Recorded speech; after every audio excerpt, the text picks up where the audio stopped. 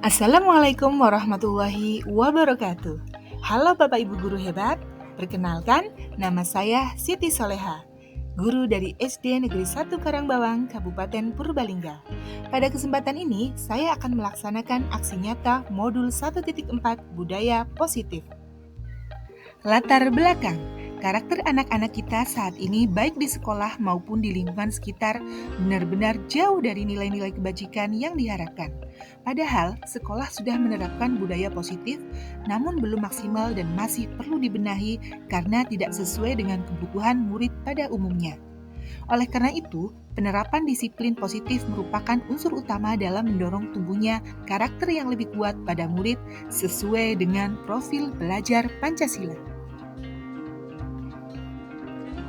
Tujuan aksi nyata. Pertama, menciptakan murid yang merdeka belajar dan mewujudkan profil belajar Pancasila. Kedua, menumbuhkan budaya positif di sekolah dan meyakini nilai-nilai kebajikan universal. Ketiga, mengajarkan murid mencari solusi dari suatu permasalahan. Tolak ukur dari aksi nyata ini adalah: pertama, terbentuknya keyakinan kelas melalui kesepakatan yang dilakukan antara guru dengan siswa. Kedua, siswa menerapkan keyakinan kelas yang telah dibentuk. Langkah-langkah tindakan. Pertama, berkoordinasi dengan kepala sekolah terkait izin dalam melaksanakan diseminasi budaya positif bersama rekan guru. Kedua, mengundang rekan guru untuk mengikuti diseminasi pemahaman materi budaya positif. Ketiga, berkolaborasi dengan rekan guru dalam pembuatan keyakinan kelas di kelasnya masing-masing. Keempat, memantau, merefleksi, dan mengevaluasi keyakinan kelas yang telah dibuat.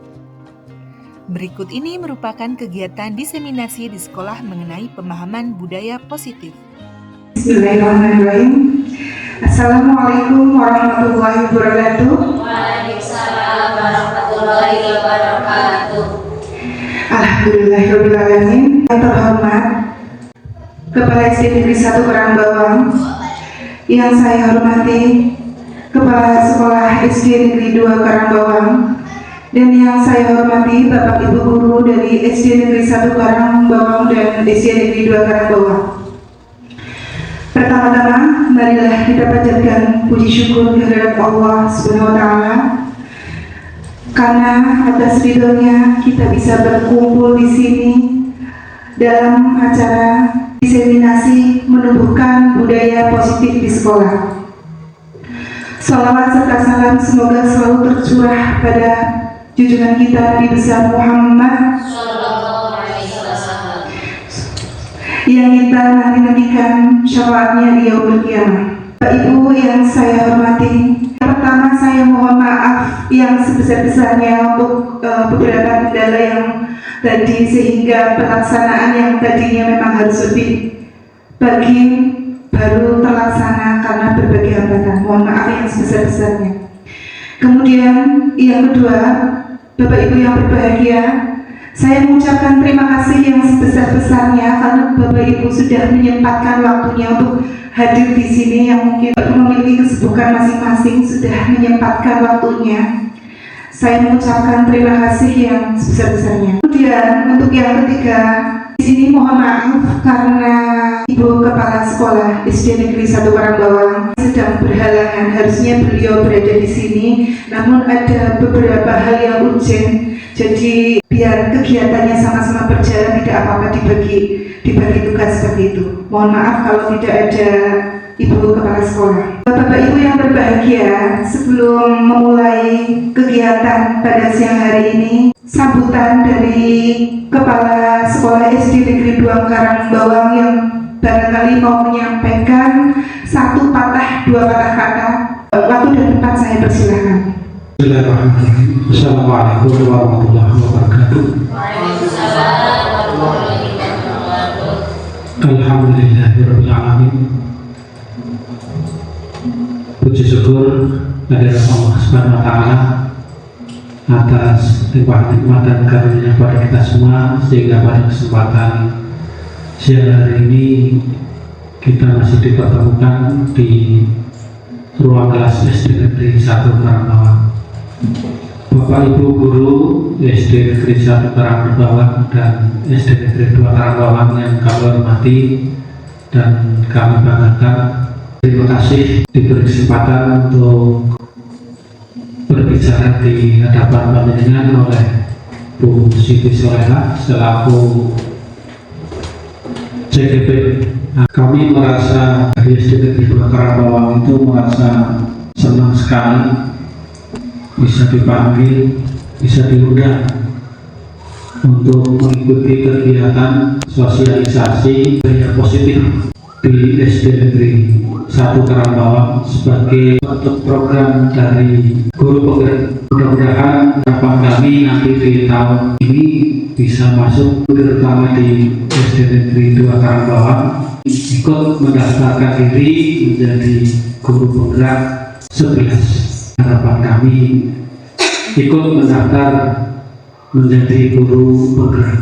Pemerintah mungkin adalah semua guru itu menjadi guru penggerak. Slogannya guru penggerak adalah tergerak, bergerak, dan menggerakkan. Jadi semua guru penggerak itu dapat pertama itu tergerak hatinya untuk mengikuti program guru penggerak, kemudian mengikuti mekanisme yang ada, kemudian mengikuti pelatihannya, kemudian yang kedua adalah bergerak, yang dimana program guru penggerak itu tidak mengenal waktu.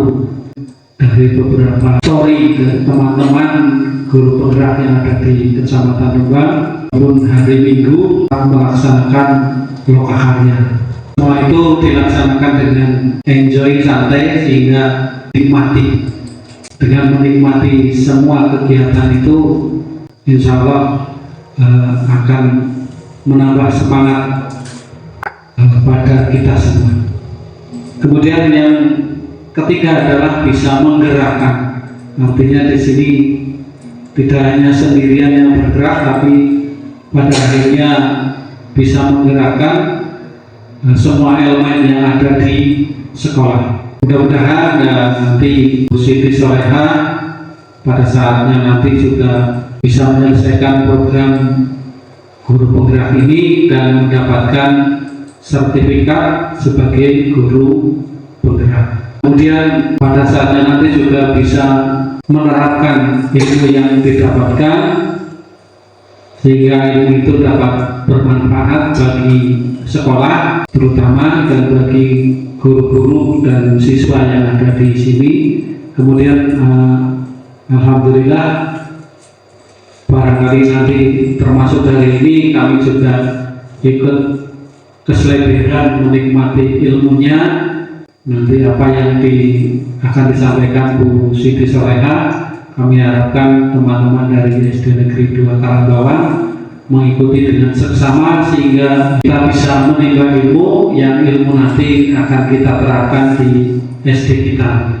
Karena semuanya itu sama, kendala jadi namanya siswa itu di mana-mana sama, tapi tinggal bagaimana cara kita ngopeni anak-anak pembelajarannya dan juga bagaimana kita menyikapi tentang sikap-sikap siswa yang ada di SD masing-masing. Mungkin hanya itu yang dapat kami sampaikan, kurang lebihnya mohon maaf. Saya akhiri tidak taufiq wal hidayah. Wassalamualaikum warahmatullahi wabarakatuh. Waalaikumsalam warahmatullahi wabarakatuh. Alhamdulillah, terima kasih kepada Sekolah SD Negeri 2 Karangbalang yang telah memberikan sambutannya. Insya Allah apa yang beliau sampaikan sangat bermanfaat untuk kita dan bisa diambil ilmunya dan dapat memotivasi kita untuk bisa belajar lagi, menggali pengetahuan lagi untuk bisa mencerdaskan anak bangsa. Amin. Bapak Ibu yang saya hormati, sebelum saya menyampaikan materi tentang menumbuhkan budaya positif di sekolah, izinkan saya untuk menyampaikan. Saya ingin hanya berbagi dengan Bapak Ibu sekalian. Kita sama-sama belajar, tidak ada maksud menggurui sama sekali karena di sini saya juga masih belajar. Ini adalah salah satu program kegiatan pada calon guru penggerak. Semoga nanti Bapak Ibu juga yang belum bisa mengikuti program guru penggerak. Yang saya sampaikan tadi tentang menumbuhkan budaya positif di sekolah untuk modul 1.4. Untuk capaian umumnya adalah memahami mengenai konsep budaya positif yang di dalamnya terdapat konsep perubahan paradigma stimulus respon dan teori kontrol, 3 teori motivasi, perilaku manusia, motivasi internal dan eksternal, keyakinan kelas, hukuman dan penghargaan, 5 kebutuhan dasar manusia, 5 posisi kontrol guru dan segitiga restitusi. Dan Bapak Ibu guru sekalian, ini materi yang sangat penting. Kalau menurut saya itu sangat penting karena ini nanti akan digunakan untuk kita semua dalam menghadapi anak didik kita. Ini materi termasuk kompleks sebenarnya, tapi mungkin untuk waktu yang terbatas saya hanya menyampaikan beberapa poinnya saja. Kemudian untuk capaian umum yang kedua adalah menerapkan strategi disiplin positif yang memerdekakan murid untuk menciptakan ekosistem sekolah aman dan berpihak pada anak. Di sini ada pertanyaan pemantik, coba nanti Bapak Ibu setuju atau tidak setuju ya? Hukuman dapat mendisiplinkan anak. Kira-kira setuju atau tidak? Setuju. Tidak sepenuhnya. Ya, oke. Ada yang setuju, ada yang tidak sepenuhnya. Kita tampung dulu ya. Kemudian yang kedua, pemberian hukuman dengan hal positif seperti membaca atau membersihkan halaman sekolah dapat meningkatkan disiplin anak. Setuju atau tidak setuju? Setuju. Kemudian untuk yang ketiga, memberi penghargaan dapat meningkatkan motivasi belajar anak. Setuju. Nah, untuk mengetahui tentang materi ini nanti kita akan bahas slide berikutnya nih. Untuk materi yang pertama adalah disiplin positif dan nilai-nilai kebajikan universal. Perubahan paradigma. Ada A dan B. Misalnya Anda dan teman Anda sebaiknya secari kertas kecil, tuliskan benda kertas, dituliskan benda yang sangat berharga untuk Anda. Mungkin ada yang emas, berlian, ataupun yang lainnya. Itu bayangkan dulu deh. Bayangkan, tuliskan benda atau barang yang berharga, yang paling berharga menurut kalian. Letakkan di salah satu tangan Anda dan genggam. Dengan segala daya itu genggam, jangan sampai lepas. Karena itu benar-benar sangat berharga untuk kita. Nah, buatlah sebuah kepalan tangan di tangan satunya lagi. Itu menandakan yang teman Anda, anggap saja yang satu lagi itu teman Anda, kepala B. Yang akan mencoba dengan sebuah tenaga, dengan berbagai cara untuk meminta Anda memberikan benda tersebut. B bisa membujuk, mengancam, menghardik, merayu, menyuap, apa saja agar dapat membuka kepalan tangan Anda. Kira-kira apa yang terjadi? 1A memegang barang yang sangat berharga. Ada di kepala tangan kanan, temannya tangan kiri. Ini tidak mau melepas, ini berusaha melepas. Kira-kira apa yang terjadi? Bertengkar. Terus apa lagi? Merayu, oke. Baik, terus memberikan suap, betul sekali. Coba ya, mohon maaf. Untuk A, coba dari Bu Ani dipraktekkan. Anggap saja Bu Ani adalah A dan B Bu Ariati. Bagaimana caranya? Coba, bagaimana caranya?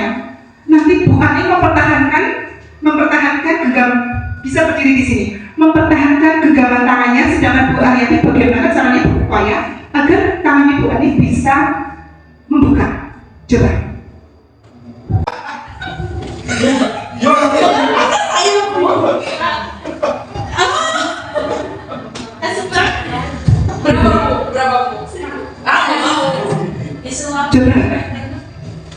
Bagaimana caranya? Ini nggak apa-apa, ini nggak apa-apa. Malu gue nanya. Murid. Ya, gitu ya. Gak mau. Nanti kita temenan. Oke. saya siap berhasil.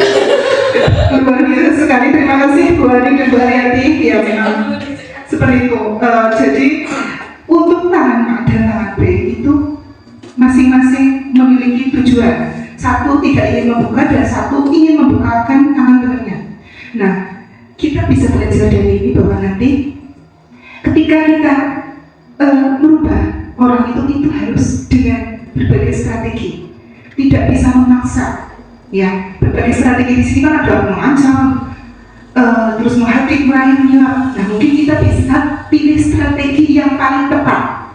Ketika Bu Arianti bilang ke Bu Ani, ayo Bu, buka. Nggak mau, ini kan barang berdagaku, masa dibuka?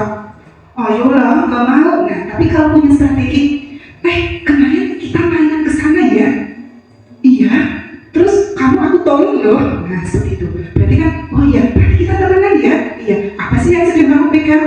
Ini sesuatu yang berharga, seperti itu misalnya. Terus, boleh aku lihat? Jangan, ini benar-benar berharga. Tidak boleh, ini hanya aku yang punya. Ya sudah, kalau tidak ingin, nanti ketika kamu ingin memperlihatkan kepadaku, nanti ngomong ya. Baiklah, kan akhirnya bagaimana si A itu dengan kesadaran dirinya berubah, tidak ada unsur paksaan. Berarti bagaimana seorang guru kepada muridnya, tidak ada memaksa, tidak seperti menghakimi dan lain sebagainya, tapi bagaimana kita menghadirkan kesadaran yang ada dalam diri siswa, seperti itu. Untuk perubahan paradigma dan teori kontrol, ilustrasinya ilusi guru mengontrol murid. Nah, kemudian ilusi bahwa kritik dan membuat orang merasa bersalah dapat menguatkan karakter. Yang ketiga, ilusi bahwa semua penguatan positif, efektif dan bermanfaat. Dan yang keempat, ilusi bahwa orang dewasa memiliki hak untuk memaksa. Nah, untuk menjawab perubahan paradigma ini nanti kita akan lihat ke pembahasan selanjutnya. Nah, Bapak Ibu, kita bisa lihat dari disiplin positif itu ada teori kontrol yang dari Dr. William Glasser. Itu Anda tidak bisa mengontrol orang lain, hanya Anda yang bisa mengontrol diri sendiri. Jadi bukan kita mengontrol orang lain, tapi kita bisa mengontrol diri kita sendiri. Ya. Kemudian semua perilaku itu memiliki tujuan. Yang ketiga, model berpikir menang-menang. Jadi tidak ada yang merasa terpaksa dirugikan, menang-menang, seperti itu. Kemudian kolaborasi dan konsensus menciptakan pilihan-pilihan baru. Kemudian yang keempat, realitas kebutuhan kita berbeda. Kita berusaha memahami pandangan orang lain tentang dunia. Dan yang kedua, setiap orang memiliki gambaran yang berbeda. Nah, untuk Anda tidak bisa mengontrol orang lain, hanya Anda yang bisa mengontrol diri Anda. Di sini adalah makna disiplin. Belajar kontrol diri dengan menggali potensi kita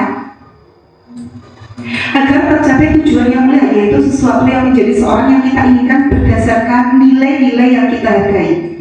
Kemudian selanjutnya, semua perilaku memiliki tujuan. Di sini ada teori motivasi. Yang pertama adalah untuk menghindari hukuman. Ya, ketika kita melakukan disiplin biasanya satu, biar tidak dihukum, seperti itu ya. Kemudian untuk mendapatkan imbalan, aku ingin ikut lomba biar dapat piala, biar dapat uang, atau biar dapat terima kasih dari teman-teman, gitu, ucapan selamat dari teman-teman. Kemudian yang ketiga, untuk menghargai diri sendiri. Ini adalah teori motivasi. Dan jadi semua perilaku itu memiliki tujuan. Nah, untuk menghargai diri sendiri itu berdasarkan nilai-nilai kebijakan universal. Dan sehingga nanti akan melahirkan pada keyakinan kelas. Kemudian ada 5 posisi kontrol. Yang satu menghukum, kedua membuat rasa bersalah. Nah, kemudian ketiga ada teman, pemantau dan manajer. Nanti kita akan belajar tentang 5 posisi kontrol ini. Kemudian, nah dari 5 posisi kontrol ini nanti kita akan belajar bagaimana menerapkan segitiga restitusi yang meliputi menstabilkan identitas, validasi tindakan yang salah, dan menanyakan keyakinan. Nah, kemudian yang selanjutnya adalah 5 kebutuhan dasar manusia. Ada bertahan hidup, penguasaan, kasih sayang dan rasa diterima, kesenangan dan kebebasan. Nah, sekarang kita kan belajar tentang makna disiplin. Nah, berasal dari bahasa Latin, artinya itu belajar. Kemudian, makna asal dari kata ini berkonotasi dengan disiplin diri dari murid-murid Socrates dan Plato. Nah, disiplin diri itu membuat orang menggali potensinya menuju sebuah tujuan, apa yang dia hargai. Namun budaya kita, makna kata disiplin telah berubah menjadi sesuatu yang dilakukan seorang pada orang lain untuk mendapatkan batuan nih. Jadi berbeda dari teorinya Socrates dan Plato, sekarang maknanya berubah dari disiplin dia patuh seperti itu. Disiplin itu patuh. Nah, kecenderungan umum adalah menghubungkan kata disiplin dengan ketidaknyamanan. Biasanya dari diri kan merasa tidak nyaman, merasa terpaksa, dan mungkin besoknya lagi jadi tidak suka sama gurunya. Kalau kita berusaha mendisiplinkan anak dengan cara tertentu, seperti memasak, itu nanti dampaknya juga kepada gurunya, karena nanti siswa tidak nyaman dan bahkan mungkin ada rasa tidak disukai oleh siswa. Nilai-nilai kebajikan universal itu adalah sifat-sifat positif manusia yang merupakan tujuan mulia yang ingin dicapai setiap individu. Yang perilaku perbuatan itu memiliki satu tujuan, tadi yang seperti disampaikan. Kemudian dengan mengaitkan nilai-nilai kebajikan yang diyakini seorang, maka motivasinya intrinsik akan terbangun. Motivasi yang berasal dari dalam diri. Kalau siswa sudah memiliki nilai-nilai kebajikan, maka siswa itu akan berubah berasal dari dalam dirinya sendiri, bukan dari paksaan orang lain. Kemudian kita akan menggerakkan motivasi dari dalam untuk dapat mencapai tujuan mulia yang diinginkan.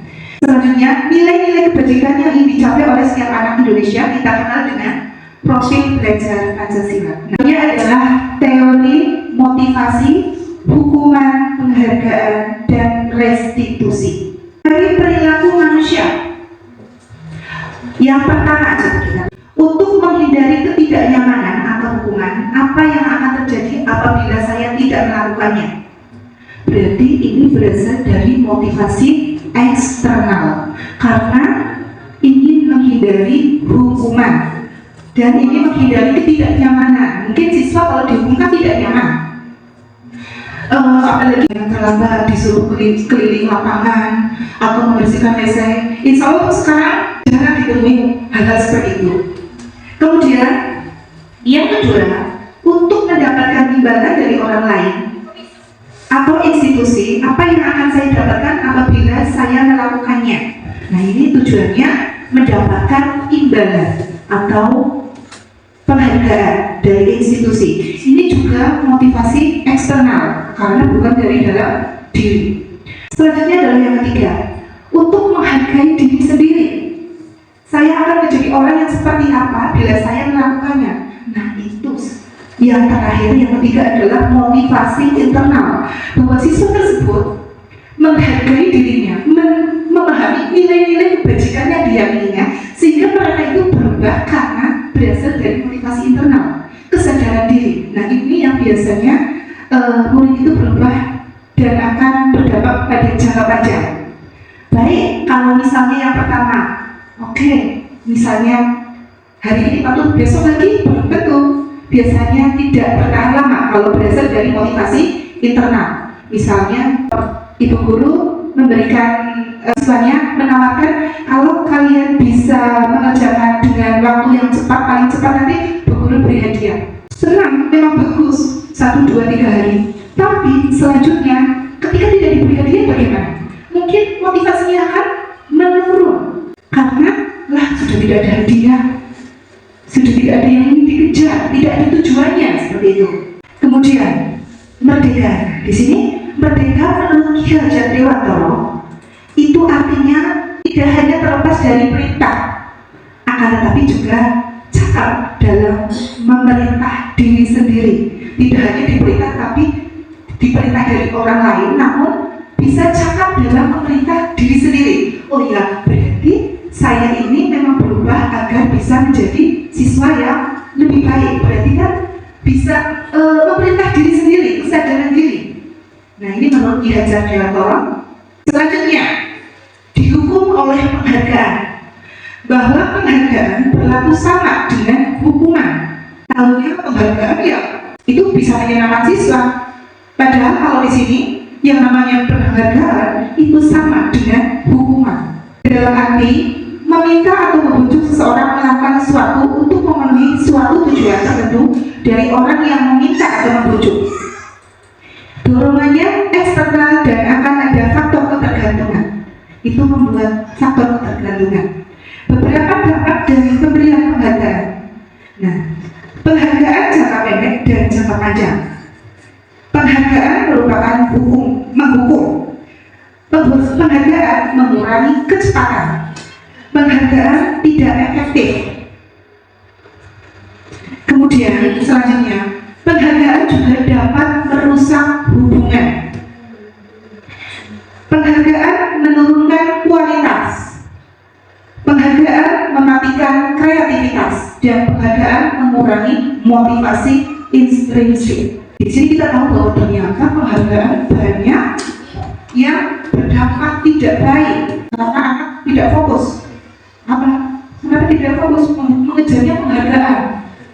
Ibaratnya mereka itu belum mulai sudah memikirkan penghargaan yang didapat itu apa sih? Nah, itu mengurangi ketepatan. Juga dapat menurunkan kualitas, mematikan kreativitas, mengurangi motivasi intrinsik. Nah, ini yang terakhir adalah mengurangi motivasi intrinsik karena penghargaan berasal dari motivasi eksternal. Makanya ini dianggap sama dengan hukuman kalau menurut Alfikon tahun 1993. Nah, apa boleh kita memberikan penghargaan? Boleh. Nah, ini bentuk program kebajikan, ya, apresiasi. Ya, jadi tidak melulu ketika seorang anak berhasil kita memberikan penghargaan. Tidak. Itu harus menggunakan caranya waktu-waktu tertentu, ya. Nah, seperti secara khusus face to face sama anaknya. Nah, jadi anak tidak berhasil diberikan. Kemudian, ya secara khusus atau secara pribadi, tidak di depan umum, bisa dipanggil secara misalnya ke kantor, boleh. Jadi ini dalam bentuk apresiasi. Kemudian, beri pengakuan kepada semua murid secara bergantian. Nah, ini boleh dilakukan semua murid. Jadi murid itu tidak merasa minder ketika teman lain mendapatkan penghargaan. Namun kemudian memberikan pengakuan secara konsisten dan fokus kepada proses. Nah, ini adalah contoh pengakuan apresiasi kebajikan. Ini pembukaannya kemarin saya perhatikan. Misal ini kebajikannya rasa empatimu besar sekali. Nah, itu kalimat-kalimat yang bisa digunakan oleh Bapak Ibu Guru dalam mengapresiasi kebajikan. Jadi bukan dalam bentuk penghargaan. Kemudian saya menghargai. Nah, terima kasih untuk kamu sudah membantu ibu membawakan buku. Nah, itu kan mengapresiasi kebajikan, ya, kebajikan seorang siswa. Kemudian untuk nilai kebajikannya, nah ini rasa empati besar sekali. Jadi kemarin saya perhatikan berarti rasa empati kita kepada siswa itu besar. Dengan kita bisa, kemarin saya perhatikan kok kamu kayaknya ada kemajuan belajar, ya. Berarti seorang guru merasa empati kepada siswanya. Ada kemajuan belajar yang luar biasa, kamu bisa mengerjakan. Kemudian saya menghargai, misalnya ini berarti nilai kebajikannya adalah peduli. Saya menghargai kamu sudah bisa menyelesaikan tugas. Nah, ini peduli. Saya menghargai kamu sudah mengikuti peraturan yang ada di kelas ini. Nah, ini bentuk-bentuk kepedulian nilai kebajikan. Kemudian terima kasih untuk kamu yang sudah melaksanakan piket. Nah, ini rasa tanggung jawab nilai kebajikannya.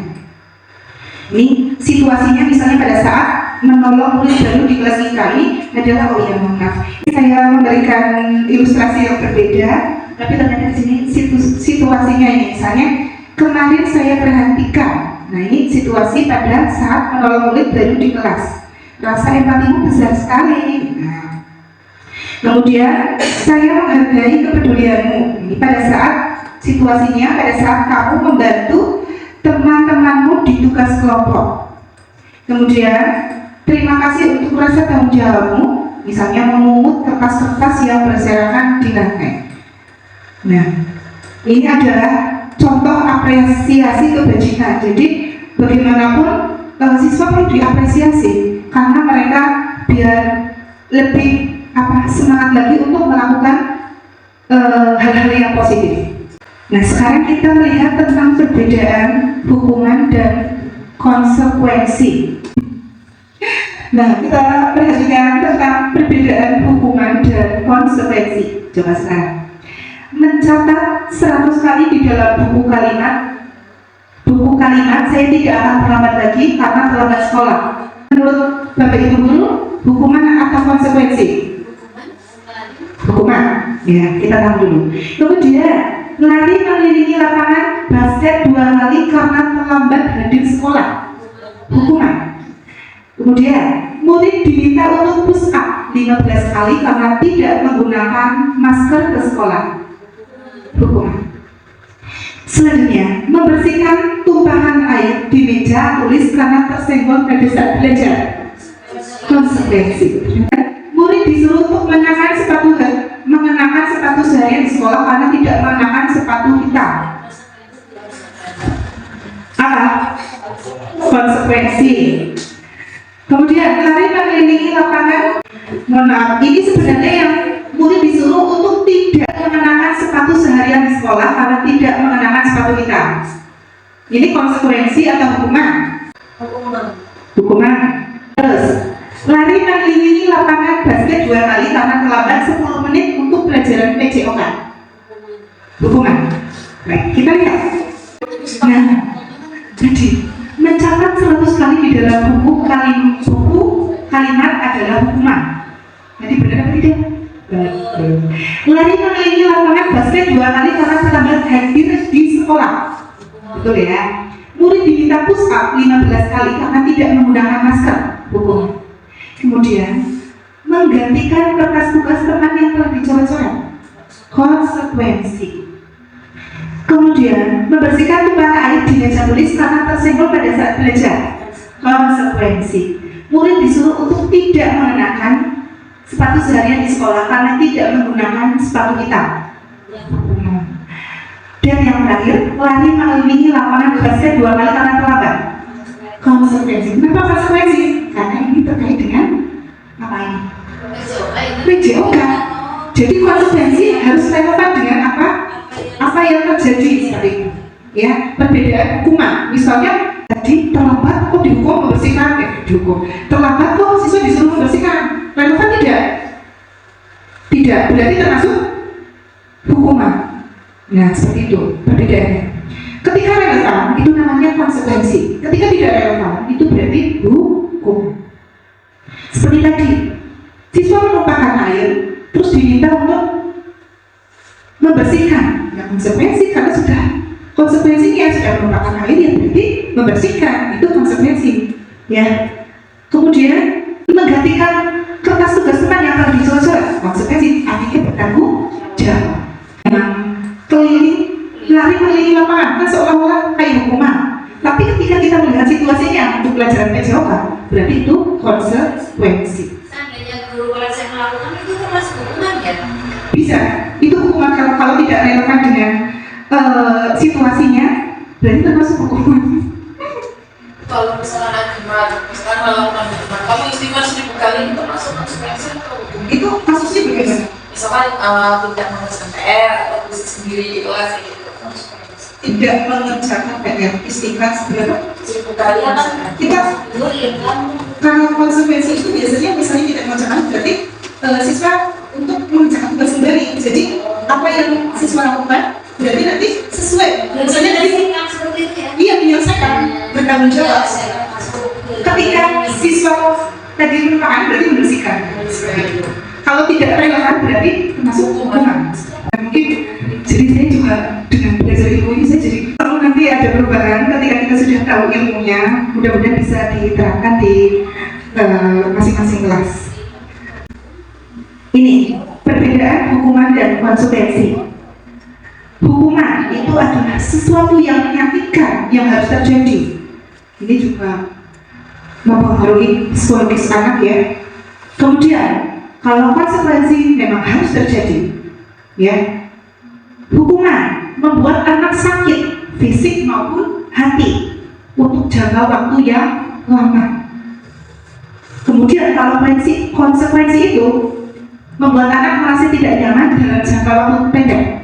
Wah, ngomong-ngomong bersih kelas ini, tapi kan jangka pendek sudah selesai, sudah anak akan malah jadi, oh iya ternyata setelah dibersihkan, setelah dilap, setelah dipel, kelasnya menjadi bersih. Itu hanya perasaan tidak nyaman jangka pendek kalau konsekuensi. Tapi kalau hukuman itu jangka panjang. Makanya saya juga sekarang lebih berhati-hati ketika menggunakan seperti ini, membedakan antara hukuman dan konsekuensi. Kemudian anak membenci kedisiplinan, ya, hukuman. Sedangkan konsekuensi artinya bisa menghargai kedisiplinan. Seperti tadi, oh iya ternyata kelasnya jadi bersih. Oh iya, berarti saya harus bertanggung jawab mengganti buku teman. Nah, seperti itu. Kemudian kalau hukuman itu paksaan, kalau konsekuensi itu stimulusnya, memang ada stimulusnya, tapi ada tanggapannya dari siswa. Kemudian hukuman bisa mendorong anak menyakiti diri sendiri.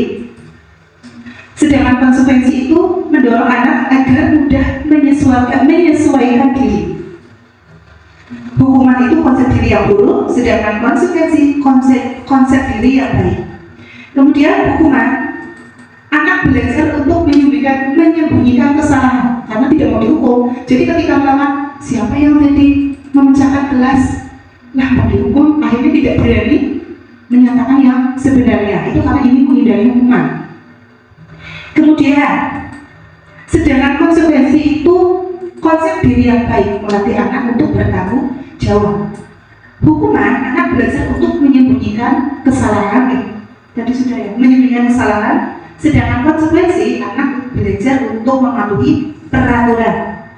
Kalau hukuman, itu menimbulkan rasa marah, bersalah, dipermalukan juga, merasa tidak dihargai. Bahkan mungkin ada beberapa kasus ketika sudah dihukum seperti ini, besoknya tidak masuk. Nah kan, jadi merugikan anak juga. Kemudian, misalnya disuruh keliling lapangan, temannya menertawakan. Nah itu kan juga menimbulkan sakit hati, baik fisik maupun hati ya. Nah seperti itu. Kemudian, kalau konsekuensi kehilangan hak, memang dibuat tidak nyaman, diasingkan, tapi itu untuk sementara. Tujuannya agar anak bertanggung jawab, agar disiplin. Nah, sekarang kita belajar tentang apa itu restitusi. Restitusi adalah proses menciptakan kondisi bagi murid untuk memperbaiki kesalahan mereka sehingga mereka bisa kembali pada kelompok mereka dengan karakter yang lebih kuat. Ya, menciptakan kondisi murid bisa memperbaiki kesalahannya, tapi ketika mereka kembali ke kelompoknya, mereka sudah mendapatkan kesadaran diri. Nah ini, jadi mereka memiliki karakter yang lebih kuat. Kemudian, restitusi juga merupakan proses kolaboratif yang mengajarkan murid untuk mencari solusi untuk masalah mereka dan membantu murid berpikir tentang orang seperti apa yang mereka ingin menjadi, misalnya tujuan mulia, dan bagaimana mereka harus memperlakukan orang lain. Nah ini ada 3, hukuman, konsekuensi, dan restitusi. Kalau hukuman itu identitas gagal. Nah, jadi itu ya. Ada yang menyatakan bahwa penghargaan juga sama dengan hukuman. Itu juga kita melihat konteksnya ya. Kalau sekedar apresiasi tidak apa-apa. Kemudian yang kedua adalah konsekuensi dan yang ketiga adalah restitusi. Nah, konsekuensi dan restitusi ini adalah identitasnya sukses. Ya, kalau hukuman tentu pasti gagal. Hukuman itu sesuatu yang menyakitkan harus terjadi. Kemudian konsekuensi itu sesuatu harus terjadi, dan kalau restitusi pilihan. Jadi itu anak yang menentukan pilihan. Kemudian hukuman itu tidak nyaman untuk murid, anak untuk jangka waktu yang panjang. Sedangkan konsekuensi itu tidak nyaman, tapi untuk jangka waktu yang pendek, hanya sementara waktu. Sedangkan restitusi ini menguatkan untuk murid anak dalam jangka waktu yang panjang. Tapi tetap nyaman, Kalau konsekuensi kan masih ada tidak nyamannya. Kalau restitusi ini menguatkan murid untuk anak dan juga dalam jangka waktu yang panjang. Hukuman itu korban akan mendapatkan keadilan. Ya.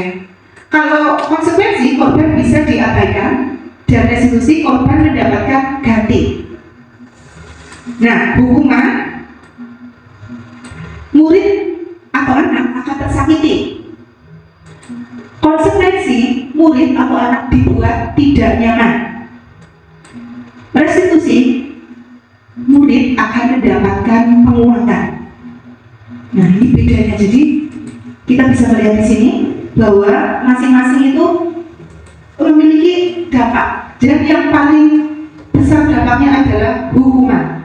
Kalau konsekuensi memang tidak itu untuk mendisiplin siswa, tapi itu membuat rasa tidak nyaman, tapi ada dampak yang tidak baik juga untuk siswa karena siswa tidak nyaman. Sedangkan kalau restitusi ini adalah menguatkan siswa, membentuk karakter siswa. Kemudian kalau hukuman, perilaku pasif agresif meningkat, pasti lebih kayak seperti berontak, ya, yang misalnya yang anaknya, tapi kalau semakin dihukum anak yang diam semakin pasif, semakin malu, yang diam semakin malu, yang aktif semakin ingin memberontak, biasanya seperti itu. Kemudian kalau konsekuensi, penguatan hanya bertahan dalam jangka waktu pendek. Artinya hal itu berubah sudah tidak bertahan dalam jangka waktu lama. Kalau restitusi, masalah terselesaikan. Kemudian untuk sistem tidak akan berjalan bila tidak takut untuk hukuman.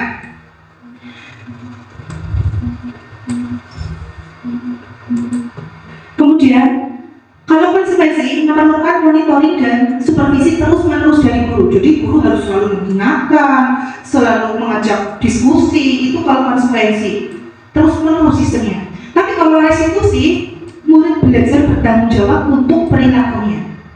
Kemudian untuk hukuman, berlaku hanya pada sebuah institusi, tidak berlanjut pada kehidupan nyata. Sudah aturan ya sudah, tapi tidak diterapkan di dunia nyata. Karena ini masih menjadikan anak sakit hati, dendam, marah dan lain sebagainya. Kemudian untuk konsekuensi itu membantu menerapkan mengikuti peraturan dalam masyarakat. Jadi seperti kan ini setelah tanggung jawab, ini jadi bisa diterapkan di masyarakat, mengikuti peraturan masyarakat. Kemudian kalau restitusi ini fokus pada pemecahan masalah dalam jangka waktu yang panjang. Kemudian hukuman, peraturannya adalah kamu harus. Konsekuensi, apa peraturannya? Mampukah kamu melakukannya? Terima kasih. Ini kalimatnya seperti ini. Kemudian kalau restitusi, apa yang kamu yakini? Apa yang bisa kamu lakukan untuk memperbaiki masalah ini? Jadi kita memberikan pilihan kepada siswa dalam pemecahan masalah. Kemudian selanjutnya adalah murid anak membenci peraturan. Ini menjadikan kalau dihukum anak akan membenci, malah bukan berubah menjadi lebih baik. Ketika sekarang dihukum, sekarang nurut, tapi nanti ada efek secara emosionalnya kepada guru. Kemudian untuk konsekuensi, anak akan menghormati peraturan. Oh iya, aku tidak mau itu lagi menumpahkan, nanti diminta untuk membersihkan. Kemudian restitusi, anak menghormati dirinya dan orang lain. Nah ini yang paling dilihat dari tiga ini, hukuman, konsekuensi, dan restitusi. Manakah yang lebih baik? Restitusi. Ya betul sekali, restitusi. Karena restitusi ini adalah jangka waktu yang panjang. Perubahan yang ada pada diri anak itu berasal dari motivasi internal. Tidak ada paksaan, tidak ada perintah. Jadi mereka menyadari apa yang diyakininya. Kemudian, nah tadi ya, berarti yang paling baik adalah restitusi. Nah sekarang kita melihat apa sih ciri-ciri restitusi. Nah restitusi ini bukan untuk menebus kesalahan. Nah, namun siswa jadi belajar dari kesalahan. Kemudian, kedua, memperbaiki hubungan. Ya, hubungan antara guru murid, murid-murid, ataupun yang lainnya. Sedangkan Selanjutnya yang ketiga, tawaran bukan paksaan. Jadi di sini gurunya menawarkan, kamu maunya seperti apa, bagaimana caranya kamu menyelesaikan masalah ini. Jadi berasal dari siswa itu sendiri.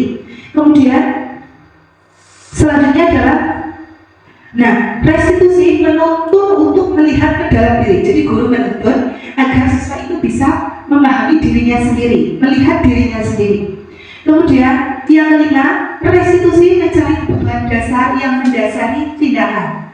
Keenam, restitusi diri adalah cara yang paling baik. Ketujuh, restitusi fokus pada karakter, penguatan karakter, bukan tindakan yang berubah, tapi karakternya yang semakin kuat. Kemudian 8, restitusi fokus pada solusi yang bukan apa yang harus diberikan kepada siswa, tapi solusinya apa. Kemudian 9, restitusi mengembalikan murid yang berbuat salah pada kelompoknya. Jadi memperbaiki kesalahan siswa agar mereka memiliki karakter yang lebih kuat untuk kembali ke kelompoknya. Kemudian selanjutnya adalah tentang keyakinan kelas. Kita kenal dulu itu peraturan kelas ya, sekarang jadi keyakinan kelas. Sekarang mengapa tidak peraturan? Mengapa harus keyakinan kelas? Mengapa kita memiliki peraturan harus menggunakan helm bila mengendarai kendaraan roda 2? Agar apa? Karena sebuah aturan ya, biar tidak ditilang dan untuk menghindari dari kecelakaan. Kemudian, mengapa kita memiliki peraturan 3M menggunakan masker, mencuci tangan, dan menjaga jarak 1,5 meter? Dan yang ketiga, mengapa kita memiliki peraturan harus datang tepat waktu pada saat mengikuti pelatihan?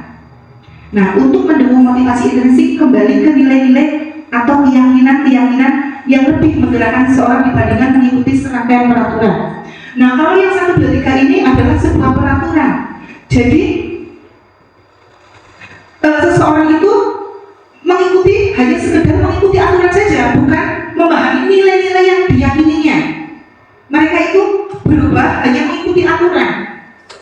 Seperti ini. Jadi seperti ini. Paling dasar di sini adalah peraturan, kemudian selanjutnya adalah keyakinan. Keyakinan ini melahirkan lingkungan yang positif, dan lingkungan positif ini dapat menjadikan budaya positif di sekolah. Jadi yang pertama adalah kita bagaimana melatih peraturan itu menjadi sebuah keyakinan sehingga bisa menciptakan lingkungan positif dan menumbuhkan budaya positif di sekolah. Sekarang peraturan, kalau peraturan ini selalu mengembalikan buku ke tempatnya. Kalau keyakinan, rasa tanggung jawab, ya.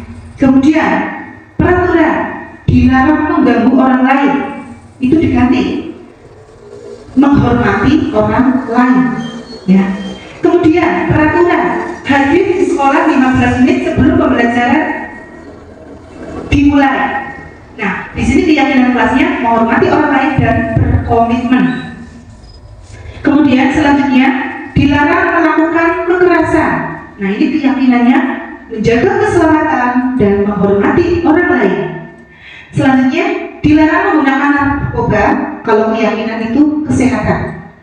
Kemudian berganti atau menunggu giliran, keyakinannya adalah menghormati orang lain atau bersabar. Kemudian menggunakan masker, keyakinannya adalah kesehatan dan keselamatan. Dan yang terakhir adalah jangan berlari di kelas atau koridor. Ini keyakinannya adalah keselamatan dan keamanan. Bapak Ibu, kita lihat peraturan itu berbeda. Dilihat dari kalimatnya saja sudah berbeda ya. Kalau peraturan itu masih ada konotasi kalimat yang negatif, misalnya dilarang. Kalau dalam keyakinan itu tidak. Seperti dilarang mengganggu orang lain, itu keyakinannya menghormati orang lain. Dilarang membuang sampah pada tempatnya, ada kata dilarang. Kalau keyakinan membuang sampah pada tempatnya, seperti itu berbeda.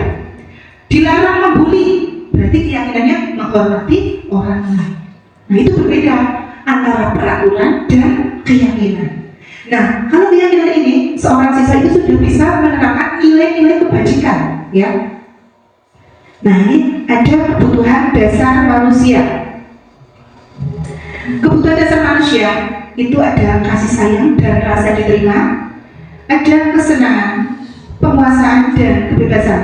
Tentu setiap manusia ini pasti semuanya ingin dipenuhi ya, kasih sayang dan rasa diterima, kemudian kesenangan, penguasaan dan kebebasan. Semua manusia pasti akan kalau ada salah satu yang minta pasti akan, mungkin kalau siswa itu misalnya siswa yang kurang kasih sayang itu akan berbeda ya. Kemudian siswa yang merasa yang selalu ditekan juga akan berontak. Nah ini kebutuhan dasar manusia ini, yang keempat ini itu harus dipenuhi. Dan yang terakhir adalah bertahan hidup. Nah ini ada 5 posisi kontrol. Nah seperti ini ya, 5 posisi kontrol. Identitas gagal itu termasuk kontrol dari luar. Itu tujuannya untuk menghindari hukuman.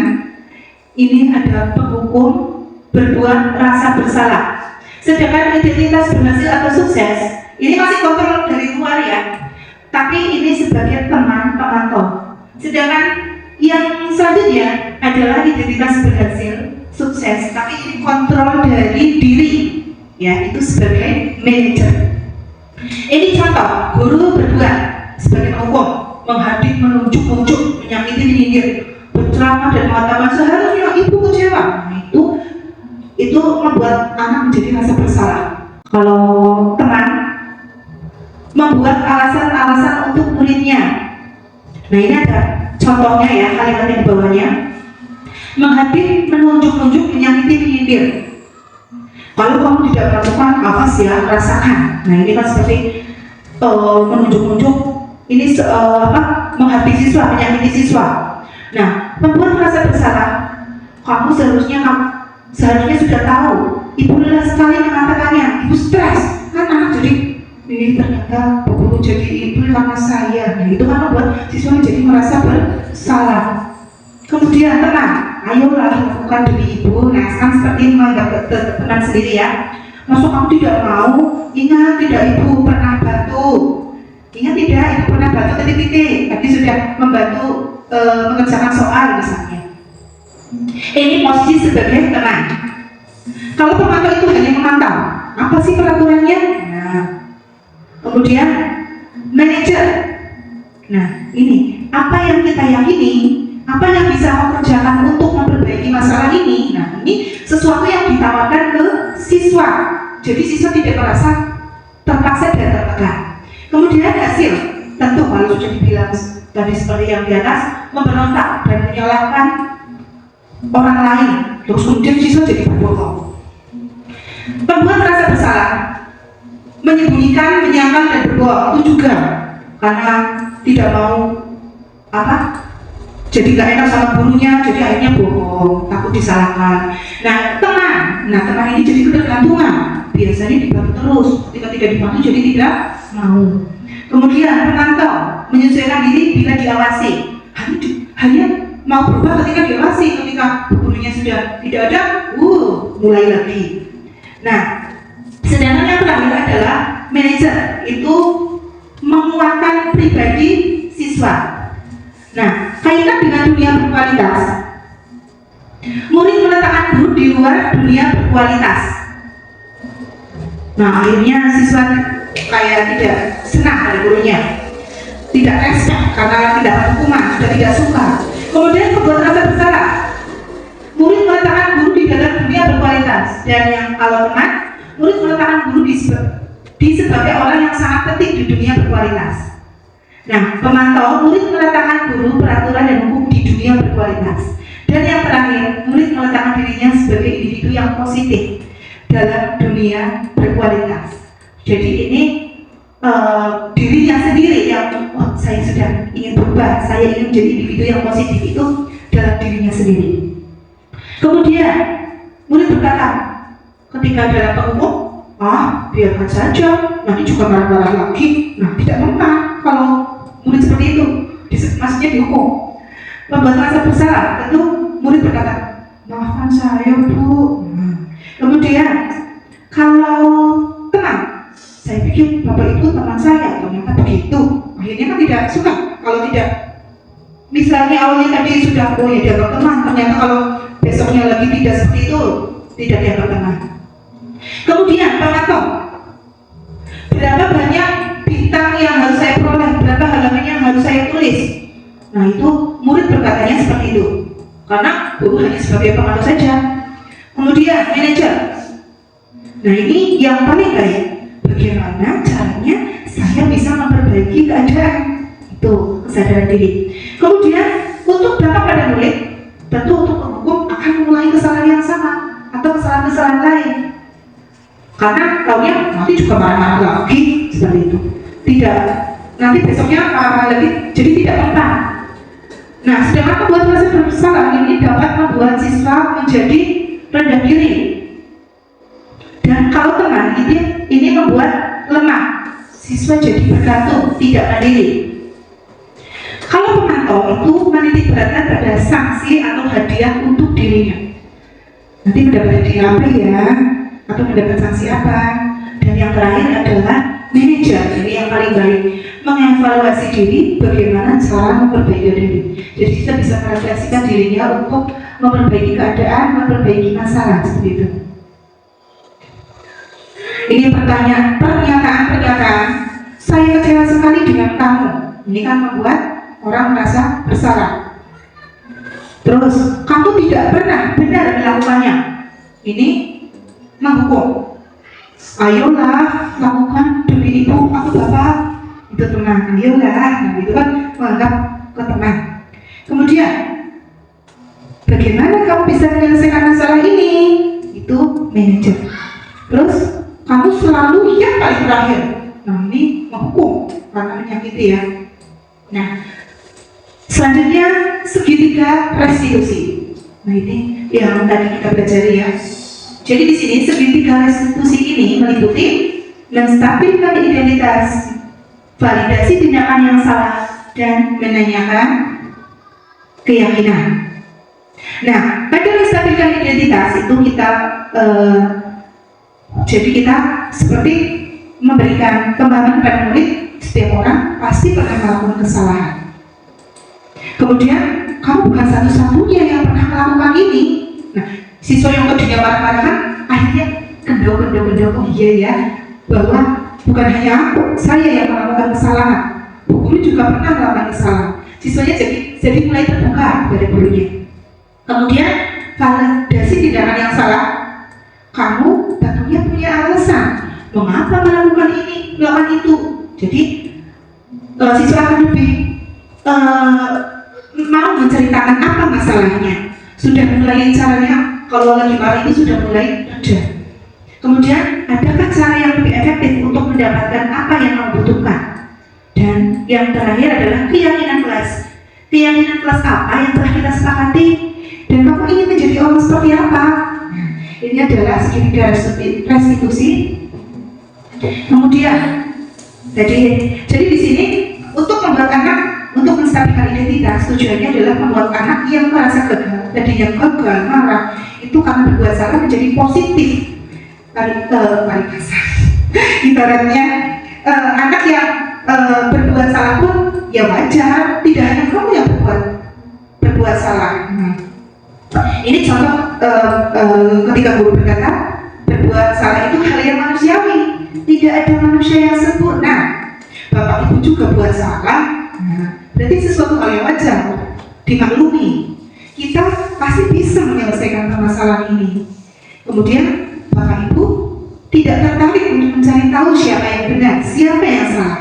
Bapak ibu lebih tertarik untuk menyelesaikan masalah. Kemudian kalau kamu menyalahkan dirimu sendiri terus-menerus, apakah kamu bersikap baik pada dirimu sendiri? Nah, ini adalah caranya bagaimana cara kita menjadi guru yang lebih bijak dalam menyelesaikan masalah murid. Kemudian validasi tindakan yang salah. Ini pada dasarnya setiap tindakan manusia tujuannya adalah memenuhi kebutuhan dasar tadi, ya bertahan hidup, kasih sayang, dapat diterima, terus dan lain sebagainya, kesenangan ya. Ini tujuannya adalah memenuhi kebutuhan dasar. Ini adalah contoh pertanyaan-pertanyaan yang bisa diajukan. Kamu bisa saja kan melakukan hal yang lebih buruk, tapi kamu tidak melakukannya kan? Ingin membuat siswa sadar merasa bersalah, tapi tidak langsung kamu salah, tidak. Jadi kamu bisa saja kan melakukan hal yang lebih buruk, tapi kamu tidak melakukannya kan? Ya. Kamu pasti punya alasan mengapa melakukannya. Apa yang penting bagi kamu? Kamu boleh tetap berusaha menjaga sikap itu, tapi tambahkan sikap yang lain yang baru. Selanjutnya, maukah kamu belajar cara lain untuk mendapat yang kamu butuhkan tanpa harus memukul? Apakah kamu bisa melakukan dengan lebih baik besok lagi? Nah ini, jadi guru tidak langsung menunjuk siswa bahwa kamu salah, kamu harusnya tidak begini, tidak. Tapi siswa sendiri, guru hanya menuntun untuk siswa menyadari kesalahannya, seperti itu. Dan yang ketiga adalah menanyakan keyakinan. Di sini anak melihat kesalahannya dihubungkan dengan norma sosial dan nilai-nilai yang mendasari manusia berinteraksi dengan orang lain. Nah ini adalah yang dapat pertanyaan-pertanyaan yang dapat disampaikan kepada siswa. Apa nilai yang kita percaya di kelas atau di sekolah kita? Nilai-nilai universal apa yang kita sepakati? Nah, kelas yang ideal itu seperti apa sih? Kamu ingin jadi anak seperti apa?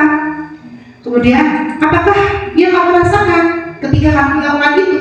Kamu ingin menjadi orang seperti apa? Nah, jadi seperti itu ya, Bapak Ibu. Tadi untuk menstabilkan identitas, validasi tindakan yang salah, menanyakan keyakinan.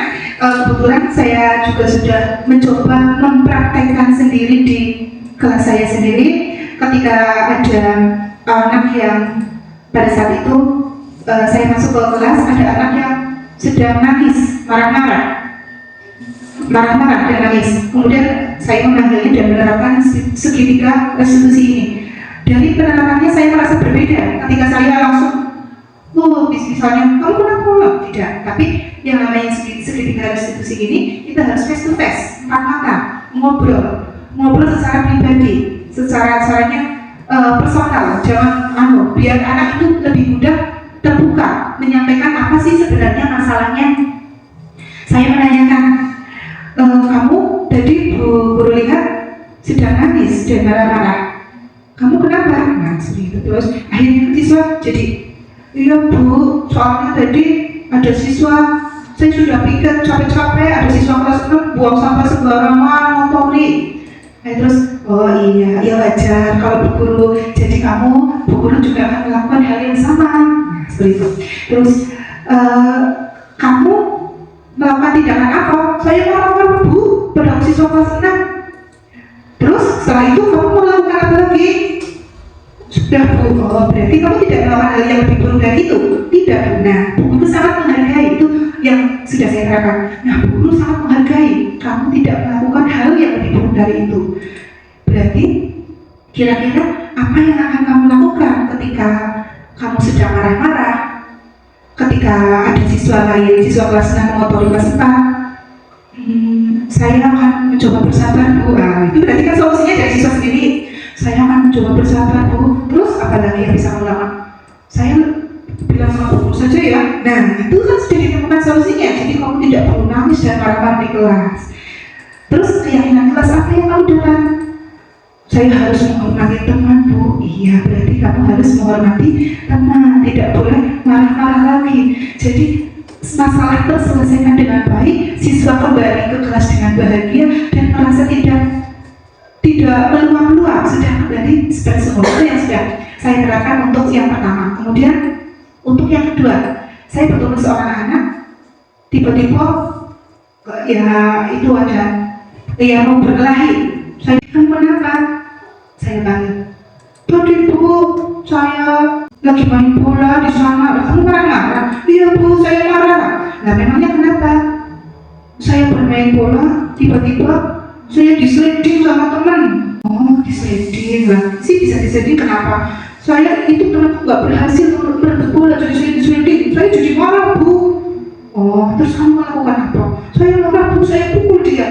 Kamu pukul, tapi kamu selain pukul melakukan apa lagi? Tidak Bu. Nah, ya udah nggak apa-apa. Yang penting kamu tidak melakukan lebih dari itu. Kalau pukul jadi kamu, ya wajar sih. Lagi main bola, tiba-tiba disliding, Bu Guru pasti juga akan marah kalau jadi kamu. Terus kamu gimana? Kamu masih percaya dengan keyakinan kelas kita. Iya Bu, kamu harus bagaimana? Harus sabar Bu. Terus ya harus nanti baikkan lagi sama teman Bu, harus meminta maaf. Ya jangan diulangi lagi ya. Akhirnya murid itu akan masalahnya terselesaikan, tapi memiliki dampak jangka panjang, akan senang ya aku berhasil menyelesaikan masalah ini. Bu gurunya tidak menghukum, bu gurunya tidak menyalahkan, jadi saya tidak mau tahu siapa yang benar dan salah. Intinya saya berusaha, bu guru berusaha memahami apa yang sedang, situasi apa yang sedang terjadi. Mudah-mudahan nanti kamu bisa memperbaiki kesalahannya ya. Ya Bu, saya mau Bu. Nah, itu seperti itu. Mungkin ada yang ingin ditanyakan atau mungkin sudah siap. Mohon maaf kalau itu demikian yang dapat saya sampaikan. Kurang lebihnya saya mohon maaf yang sebesar-besarnya karena saya juga masih berproses, masih belajar, tidak ada maksud menggurui sama sekali, hanya ingin berbagi saja. Mudah-mudahan apa yang saya sampaikan di sini bisa bermanfaat dan bisa nanti Bapak Ibu terapkan dalam kelasnya masing-masing. Cukup sekian. Wabillahi taufiq wal hidayah. Wassalamualaikum warahmatullahi wabarakatuh.